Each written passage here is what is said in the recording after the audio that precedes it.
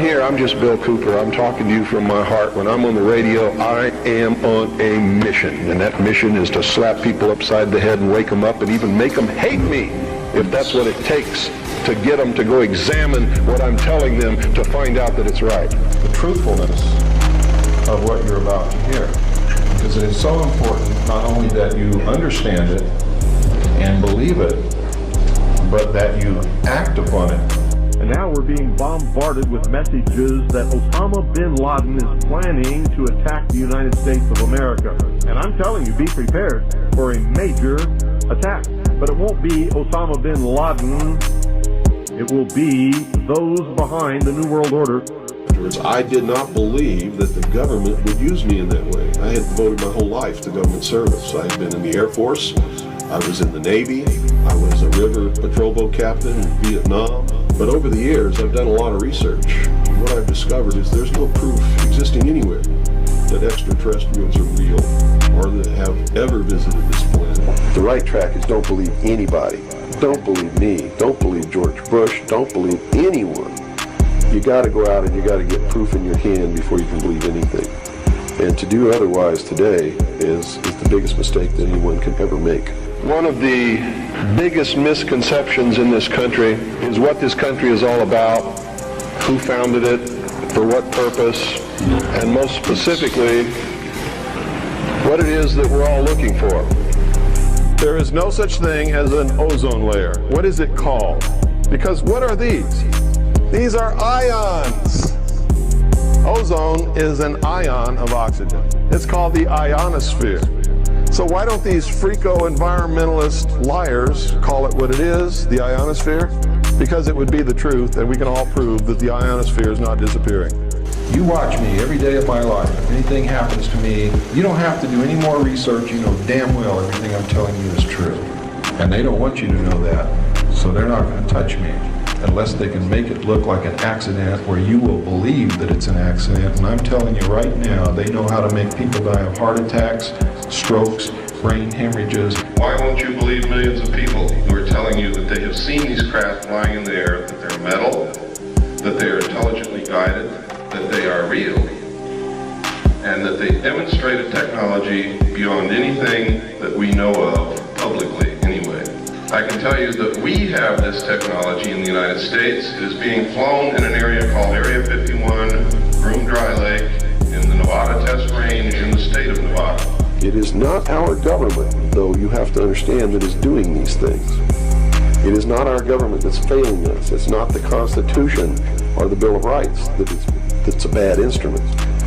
It is a group of men who belong to secret societies who have infiltrated our society and our government at all levels and are destroying it and subverting it from within. You see, the CIA created Osama bin Laden. They recruited him. They trained him. They found his leadership. They brought them all together. Digesting all this information, reading all of these letters from people of every kind of background that you can imagine, every race, every religion, every kind of agenda. And believe me, there's an awful lot of agendas going on in this country that are dangerous. There is lots of evidence, tons of it in fact, that there are a group of people collectively known as the Illuminati who want us to believe in some extraterrestrial threat from space so that they can cause a world government, bringing together of all the people to resist that external threat. With clear understanding that President Kennedy was killed by William Greer, the Secret Service agent driving his limousine in the motorcade. These documents disclose to me that the people involved in the assassination of the President from the Office of Naval Intelligence, the Secret Service, Division 5 of the FBI, and the Central Intelligence Agency.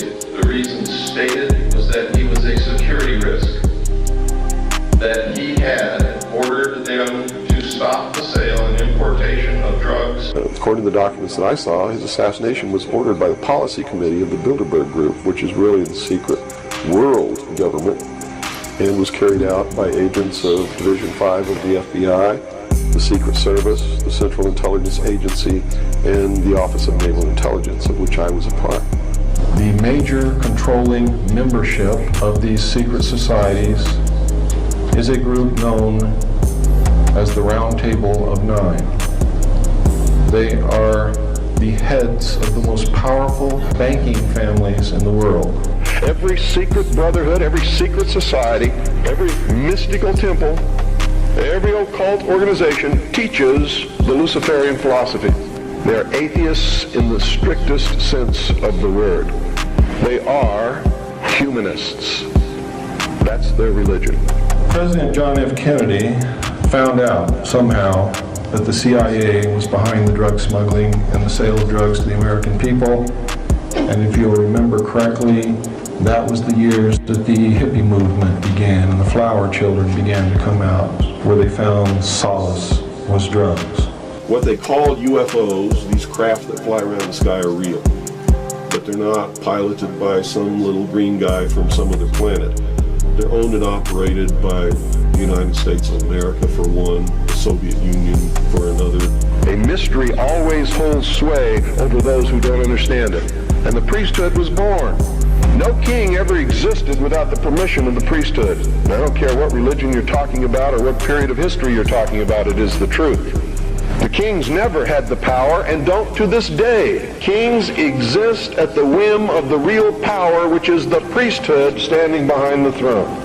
The purpose of the importation and sale of illegal drugs to the American people was to finance the alien-connected projects and other black projects which they knew they could not take to Congress for funding. There is an apathy that is running rampant in this country that is deadly. We are truly now at this moment a nation of sheep. And ladies and gentlemen, I assure you that sheep are always led